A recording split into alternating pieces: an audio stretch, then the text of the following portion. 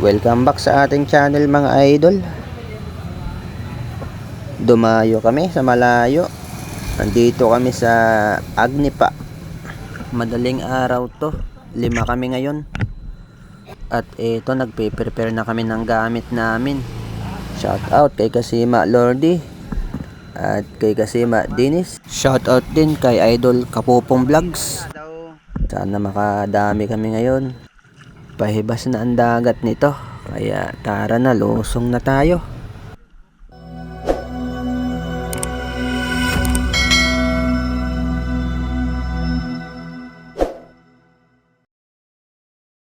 A few moments later.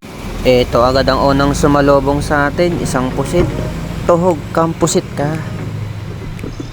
Ayos. Iipunin natin tong mga pusit na to. At pag marami na, ibibenta natin 300 ang kilo.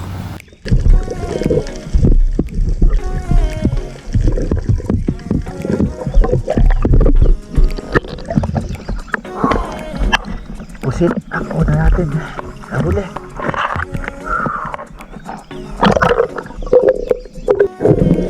Dito nga ay may nakita tayong isda na pumasok sa butas mga idol. Kaya tinignan natin kung anong isda yun. Kaso malalim pala yung butas niya dyan, kaya hindi ko din nakita.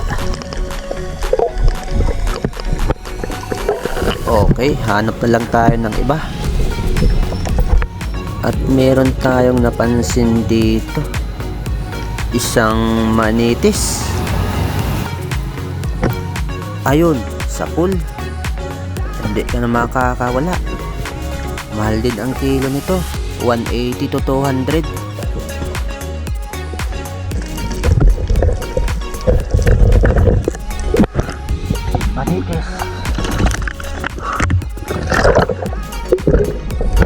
Pagsili po nga dito sa butas mga idol, may nakita tayong buntot na pumasok. At eto nga isang matang pusa. Tuhog kang matang pusa ka.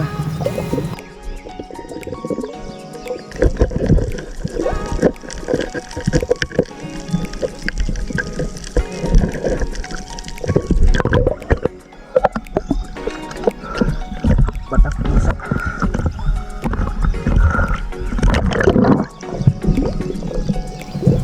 Ito, may nakita tayong pusit dito. Mukhang maamo, hindi na natin ginamitan ng blinker.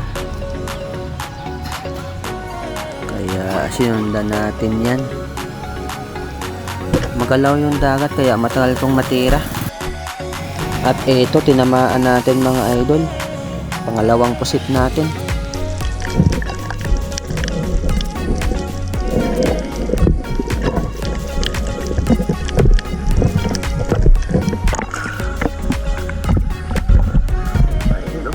Pababaw na. Malaki na. Ito, may nakita tayong dory snapper o aluman. Good size na rin, kaya hindi na natin papakawalan to. Tumago pa nga sa bato, kaya ito, buti sumandal. Kaya yari ka ngayon.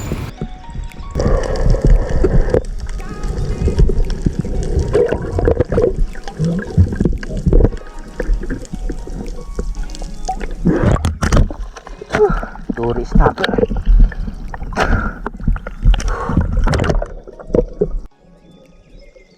Ito ang sumunod, isang dalagang bukid. Nagdadalawang isip nga akong tumira ng mga ganitong isda. Kasi minsan, ang hirap kasi tamaan nito. Sayang lang yung sisid mo at pagkasa mo ng pana.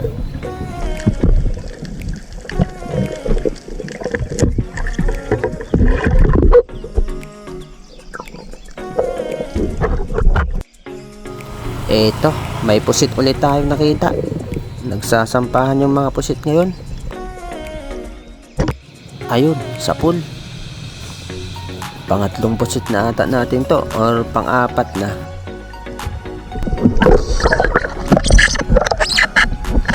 Ayun, pusit.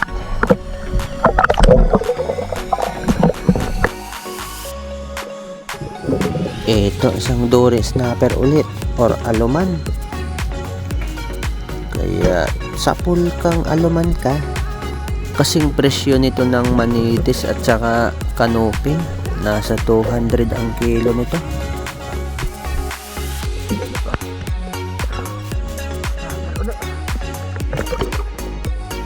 At ito, nakahuli ulit tayo ng isang pusit mga idol. Hindi na natin na-videohan kasi mailap.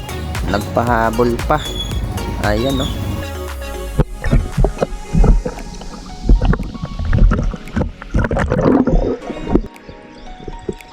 Dito nga ay isang dalagang bukid na kulay pula ang ating nakita.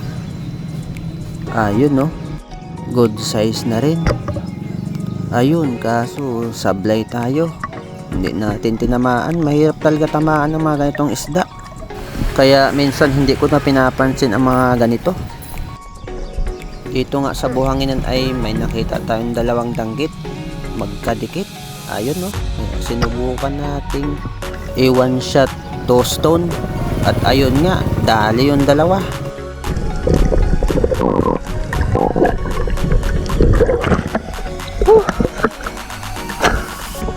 Danggit. Dalawa, isang tira.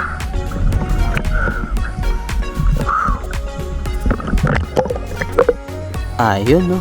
Pusit na naman. Hindi na natin papakawalan to. Malapad na rin.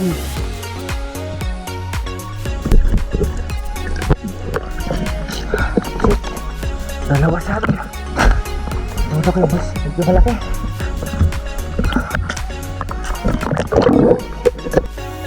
At eto, isang danggit ulit. Nasa buhanginan.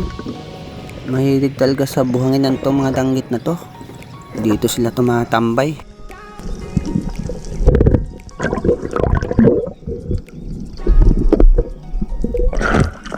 Danggit na naman mga idol. Eto pa, danggit ulit.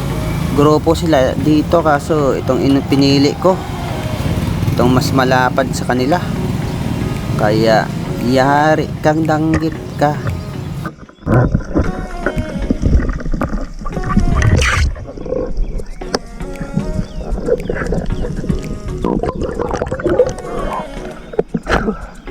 Danggit ulit. Ito, isang dalagang bukid ulit. Tuhog kang dalagang bukid ka. Pag nakarami ka nito, mahal din ang kilo nito. Nasa 180. Dalagang bukid.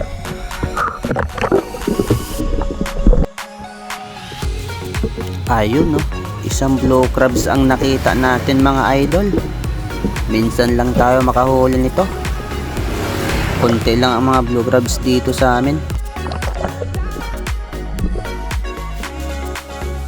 Ito ang sumunod nating nakita. Isang bayanak o mullet fish. Ayun, sa pool. Good size na rin to.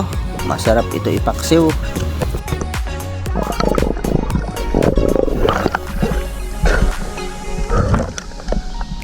Mullet fish or bayanak. Ito yung mas malaking bayanak mga idol. Lumapit pa nga sa akin. Di na ako pinahirapan. Ayan, no. Sa pool. Malaki na to. Mga kalahating kilo na.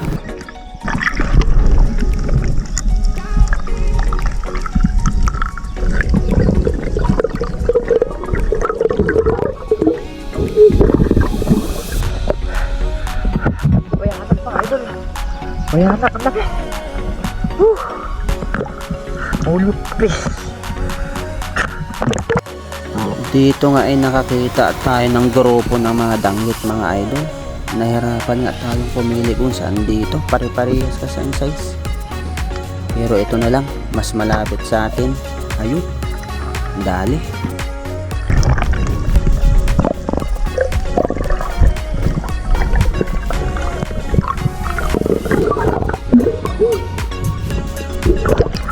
Danggit na naman. Kapahan ang danggit na yun. At ito yung huli nating nakita. Isang pusit mga idol. Ayun, sa pool.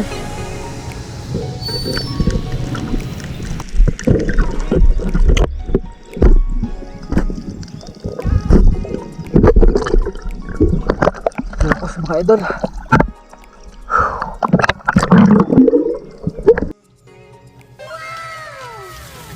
Ito na yung huli natin mga idol. Nakarami din, may pangbenta na tayo. Salamat sa biyaya ng dagat. Thank you Lord. At kung nagustuhan nyo po ang ating video, huwag nyo pong kalimutan mag-subscribe sa ating channel mga idol. At i-turn on ang notification button upang maging updated kayo sa ating mga bagong upload. Maraming salamat mga idol. Hanggang dito na lang.